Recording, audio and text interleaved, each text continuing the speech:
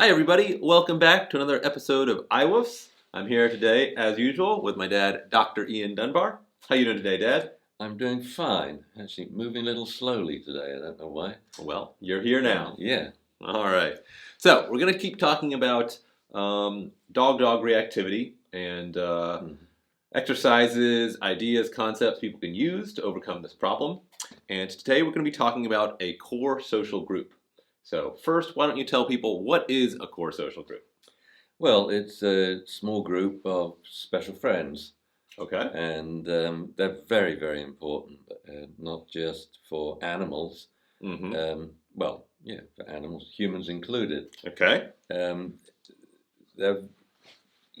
the normal way. I think sometimes we're a little, we expect too much from dogs, and we expect them to get on with every single dog they meet and be, pally-pally. Mm-hmm. Well, people can't even do that. Right. And one of the fascinating things about dogs, I think, is the individual dyadic, two dogs meeting relationships. Mm-hmm. And everyone is different. Mm-hmm. And even more fascinating, if you look at your dog, he will essentially have a different personality depending on the other dog that he's reacting with. Mm-hmm. I mean, we created glorious footage of this on my old TV program. Mm-hmm. We followed around this adolescent male in off-leash areas, like in forests and trail walks and what have you, and we're hiding in the bushes filming him. Mm-hmm. And every single dog he met, he assumed a different persona. Okay. And ran the gamut. And not just he's a little different here, he's totally different, ranging from an over-the-top goofball, an annoyance, a wimp, a very social and mannerly dog. And it just changed like that, depending on whether he's meeting a 3-year-old shepherd bitch or the Springer Spaniel was hilarious. Poor Dumpy just froze. And so this is the essence of social behavior. Mm-hmm. And so, but when it comes to dog-dog reactivity, it's very useful because, life has its problems and dogs have their altercations. And immediately you go straight back to the core social group. And, you want to establish them as soon as possible. Like usually when people go to puppy class, they notice their dog has a special friend there. Mm-hmm. And I used to encourage them. I said, well, you should go on walks together, maybe have play dates together. Mm-hmm. And then, a couple of adult dogs come into the mix. It's good that the group is a mix, rather than say a core group of only German Shepherds or only Golden Retrievers. Mm-hmm. You want large dogs, little dogs, older dogs, young dogs. Mm-hmm. And that should be a get-together once or twice or several times a week. Mm-hmm. I see a lot of people going by. I seem to live on a dog walking street because it's very close to the park, and I see the groups go by, and there's a group of 5 dogs. They go by every day, precisely when I'm cleaning my teeth, like clockwork. Yeah. Weekends, they don't, though. Okay. So if I am bringing my dog to the park, to the dog park, and they're playing with dogs there, is that a core social group for my dog? Not so much, because you can have a core social group visiting a dog park. Mm-hmm. A core social group is a group of dogs that know each other, really like each other, and meet on a regular basis. Okay. Whereas at a dog park, it will be different dogs depending on which day of the week you go, what time of the day. Mm-hmm. So they, do sort of form their alliances if they're meeting up on a regular basis. Right. But there are other dogs there. Right. So the key that defines the core social group is it's the same dogs. Yeah, and it's the same owners. Mm-hmm. And it's going to be a relaxing time, that you've known each other for a long time, the people and the dogs. Mm-hmm. And it's just, that's what life's about, Right. Right. In some ways, it's funny because I think, when you describe the core social group, it sounds like a, official thing, but it also sounds like kind of what natural life is for a lot of people. It's a group of friends. right? Yeah. And it's like most people hopefully have a group of friends they regularly meet with on a certain, occasions. And I guess the thing is, a lot of pet dogs don't have this, and that people don't think about how their dogs need this group of friends that they can be familiar with and meet with on a regular basis. Yeah, that I find really surprising, given that in like the popular behavior media, everyone knows a dog is a pack animal, but then it ends up living with just one human, sometimes not leaving the house, or if it's walked with the same human on leash. Yeah. And we don't let the dog embrace its social behavior. Yeah. And when I started the development of social hierarchies in the 70s, 10 years, a wonderful time. Getting up, sitting in the sunshine, watching dogs grow up together, behave. And it was so obvious that the special friendships just stood out. Like I'm thinking of Brodus and Dolly. Brodus was Ken and Doris. Oh, good Lord. I get confused with names. Ken. Fortunately, I don't think any of our viewers are going to catch you out. No, but they will if they've been to my seminars, because I've told lots of stories about them. That Ken was the undisputed king of the pack, only ever involved in one short 2-second rebuke or fight in 10 years of observation. Yeah. And Doris was his bud until she came into heat. Then she wouldn't have anything to do with him, and she'd hang around with Brodus and Cassius. Joe and Cassius, right, born 3 days apart. Whenever you'd go up to the pack, and we went up every hour to observe where they were in their big outdoor enclosure, always the closest dog to Joe was Cassius. Right. Always the closest dog to Cassius was Joe. But if ever there were an altercation in our pack of dogs, it was usually Joe and Cassius. And Cassius cared about rank. Joe couldn't give a damn. Right. And so your point here is observing the same group of dogs that were spending so much time together, they had very few altercations. Is that kind of what you're getting at here? Or just the fact that dogs are pack animals and that they have complex inner relationships? Everything's different. Yeah. Both of what you said there was true and both was false. Ah. So the point is, every dog is different. Yeah. Therefore, any interaction between two dogs is different. Yes. Dogs have their preferences. Yes. And within the pack, we had two dogs. They never fought, but they were never seen close to each other. They didn't interact. On the other hand, Joe and Cassius were always together. Always together. Yet they had so many arguments. And in between the two of them, Cassius cared about it, whatever it was, this spot of sunshine or this bone. Yeah. And Joe couldn't give a damn. All he wanted, it seemed, to be anthropomorphic was for Cassius to be happy. Okay. And Cassie would be, oh, that's my bone, Joe, that's my bone. And Joe's, okay, dude. It's okay, Cassius, take it. Okay. And that's what's fascinating, but we don't let dogs embrace this because they aren't often getting together with the same dogs where these very sophisticated relationships are born and then maintained. Right. So if people at home do form a core social group for their dogs, how's that going to benefit their dogs with regards to reactivity? You mean people and dogs? Yes. So people at home, they have a dog. And we are encouraging them to form a core social group for their dogs, right? With other dogs. With other dogs. Yeah. And their dogs owners, right? Yeah. The dog's going to be brought along by a human. How is this core social group going to benefit the dogs and their problems with reactivity? Well, what happens with most dogs, the normal developmental course in, domestic living is the puppies are playing, they're super friendly, overly confident, playing like maniacs. And then as they approach to adolescence, something happens. And it may be they just played that way to a dog they didn't know in a dog park or on a walk. Or they didn't stand still. Or they went eye to eye with this older and higher ranking dog, and they got into a scuffle.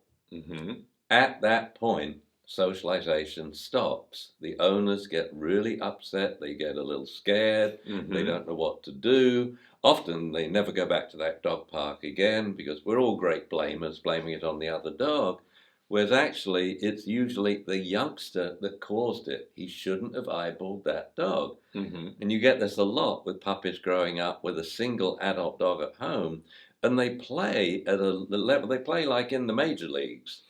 And then they bring that play to puppy class. Other people don't like it because it's over the top. But then they take it to the dog park where it's totally inappropriate for a young puppy. Young puppies must learn to acknowledge their appeasement and lower rank to other dogs, and then it goes back and forth. And then puppy will say, I want to play. And the adult dog says, no, not yet. You stand still. I really want to play. Stand still. And then the adult dog says, okay, let's play. And it's, that the younger dogs can so easily overstep the mark, at which point all socialization and play stops, unless they have one other dog at home. Whereas if you have a core social group, that's straight where you go. Yeah, anything bad happens, even if you are severely attacked in the park, core social group. Remember when Phoenix got bitten, really bad bite, the punctured the humerus. Yeah. And I asked you, will you call Isaac and get his dad to come round with his German Shepherd? Right. I wanted Phoenix to meet another adult male German Shepherd so she didn't become breedist. Right. And so she would know, oh, that one, I'll never go near that dog again. And as she walked by the house, we knew where this dog lived. Every day for the rest of Phoenix's life, she would walk by looking up at the balcony where that dog used to be. But now the owner would hide it, not have it on the balcony. Yeah. But the core social group, because the dog can go straight into play again. Right. See, it's very important that the dog doesn't do what the owner does. The dog now generalizes against all dogs. My dog can't play with dogs. It's my dog's reactive, so no play is going to work, so I'm scared, so we don't do it, so it gets harder to do tomorrow. We want the dog to know that was just one dog. Next time, I'll be really careful with him, stand perfectly still, and not look at him. Right. And then it's fine. Yeah. So it's a very valuable, it's the essence of living, as you said it. Yeah. And the group can be part family, part unknown dogs, unfamiliar dogs, friends from puppy class. One dog who they met him in the dog park and they just got along. And if you're smart, you exchange phone numbers with the owner and say, this is cool, when do you normally come? Because then it's not just a dog park visit with all these unknown dogs there. I mean, imagine, a lot of people see me as a very outward going person because they only see me when I'm lecturing. Yeah. It's not what I'm like. And when I go to a party and I don't know anyone there, I'm like, I find a corner and I stand there. And any interaction is because someone talks to me. Yeah. It's hard being in a group when you don't know anyone. I think a lot of people can relate to that. Yeah. This idea of like going to a party where you know no one versus going to a party where you bring along one or two friends. Or you go to the party and you think, oh, I really don't want to go to this. It's a work party, or I have to do it, or what have you. I don't know anyone. Joe, I didn't know you would be here. And you meet a friend. Right. And it's like when we're doing the, classical conditioning for dog-dog reactivity. So we're doing like the park bench routine we talked about. You're sitting there. It always helps if you ring up, say, 6 of your core social group and say, I'm classically conditioning Fido on this park bench between 2 and 4 p.m. Do you think you could walk by? Yeah. And it blows the dog's mind. He's watching, I don't know this dog, but the owner seems to be happy and I'm getting all these food rewards. And Sparky, what are you doing here? And they wiggle and waggle. And it just makes the dog feel a little better about the world at large and that park bench. Yeah. Yeah. It seems like the core social group, really, the fundamental thing at play here is the power of familiar dogs, but also the power of familiar people. Because as we were talking about in past episodes, like so much of reactivity is human anxiety. Yeah.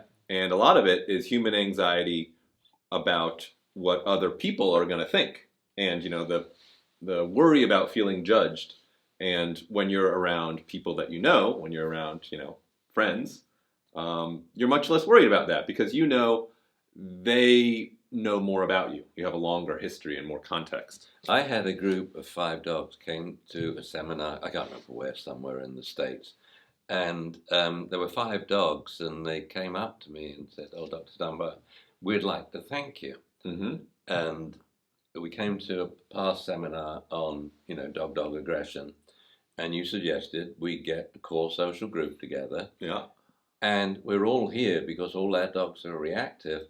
So, this is the core social group. And now they were coming to a workshop, and they were fine. But it was the being together and the owners going through it and feeling like a leper always when your dog growls and lunges. Yeah. And they went through it together, and then they stayed together, and their dogs are now reintegrated. Yeah. Oh, man, we'd love to see so much more of that. So what do you think is the ideal size and makeup? I think you alluded to this a little bit about kind of the benefit of mixed breeds or mixed ages. What is the ideal number of dogs, the ideal types of dogs in a core social group? It depends where you do it. I mean, about 5 or 6 is a great number, just for if you're walking together. I mean, you don't want a line of 20 of you on the pavement. That's something else that I think we're going to talk together in this podcast. I'm greatly in favor of formalized exercises in public places. Yes. So it's not a dog training class, but it's owners get together and say, "Hey, let's do this together." Yeah. And I'd love to see that change in dog parks, in street walking. Yeah.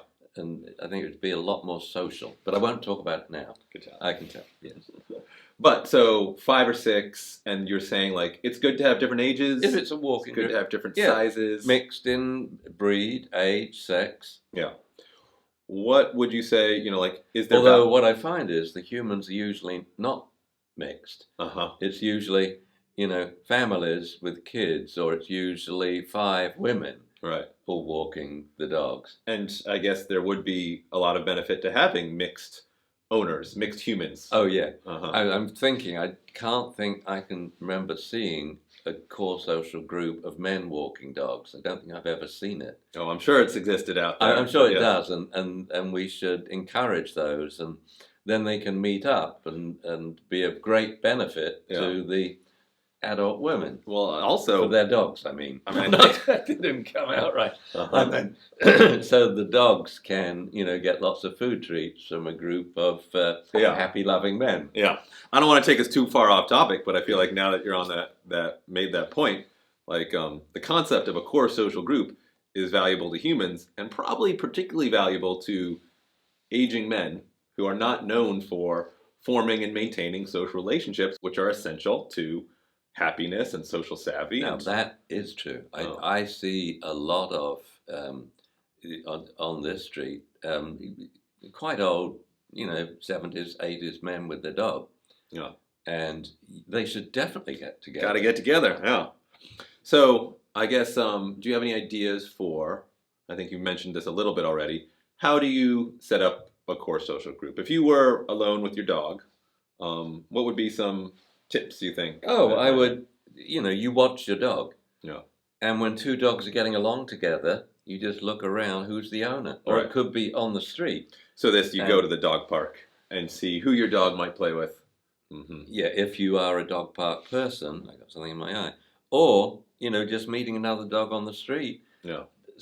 The dogs can do it in an eye blink. It's really interesting. It's the sort of doggy equivalent of love at first sight. Right. In an eye blink from 50 yards away, they realize they don't like that dog. Right. Reading it. On the other hand, they see another dog and they just start wagging their butts. Yeah. And I guess that's a good point. We're talking about core social groups relative to people whose dogs are reactive.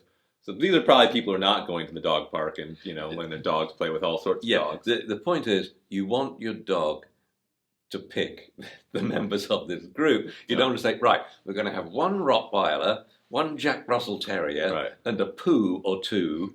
Right. And these are your dog's friends. Well, it's the same thing when people decide to get a second dog. Yeah. And they say, well, what sort of dog should I get? I say, well, ask your dog. They say, what do you mean? I said, well, look, what if I came up to you and said, I think you're lonely when you're at home alone. So I've selected this old man I saw actually sleeping on the street to come and live with you for life. Yeah. It's like, no, it's like when we brought Zuzu home. Do you remember how Hugo reacted? Yes, it's funny that you give this advice, but it also seems like it can be hard to follow oneself. We do the dumbest of things. Like Phoenix was an unwanted rescue 6-month-old Malamute. Last one left over in the litter. The breeder was a severe alcoholic. You know, yeah. So we're running out of time, but I do want to ask, once you've got your core social group, what should you do together? What are some ideas for activities when you meet up? Loads of things. I'm sure we'll be talking about that in future podcasts, Jamie. But basically, you know, walking and chatting. Let's not overthink it. Okay. Walking is the best exercise you can do for your body, and it's the activity the dog likes best. It's such a wonderful sort of impacting exercise. It's also very good for your brain and its neurotransmitters and what have you. Yeah. And you chat. It's becoming so missing in life now. People just getting together and chatting. It's if you think just out there, list your friends. When do you last see them? When do you chat to them on the phone for an hour? You're just texting back and forth. And when you go out to dinner, you often see a whole family all looking at their phones. Yeah. And all right, so walking and chatting. We got to bring it back. I think the next innovation in the Western world will be social clubs. They will take all of these malls that are becoming now non-functional because of online shopping, and there'll be all sorts of go-to places, coffee bars, all sorts of restaurants, activity centers, rock climbing, yoga, for people to go, and it'll be like the old town center where you went and you sat down, and before you know it, you've met 4 neighbors and people. Yeah. It's got to come back. Yeah. But here's your opportunity with a dog, because when I walk the block or climb the steps, I say hello to everyone I pass. Only about half people even look at me. And if I have a dog, it's totally different. Yeah. So use that. Yeah. What about when you're with your core social group, practicing basic obedience? You think that's a good place for that? Absolutely. I'm sure we'll talk about that later. It seems like, a large part of what needs to happen with reactive dogs is taking skills that you can do when you're alone, away from dogs, and then adapting them and improving to the point where you can do them around other dogs. Well, it's the same principle as integrating training into a walk. Something as simple as a sit, stay, watch. Every 25 yards you stop. Yeah. Sit, which means sit and remain there and look at my face, because every time you do it, it's in a different scenario. Everyone can do it in the kitchen at meal times for the dog. The question is, will the simple term sit work everywhere? So now we add in 5 people to the mix. We can really do it unexpectedly. One person just says, down your dogs.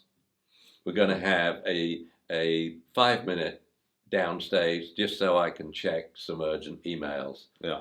And anyone can call that out. Yeah. But as we'll learn later, it just gets so much more fun.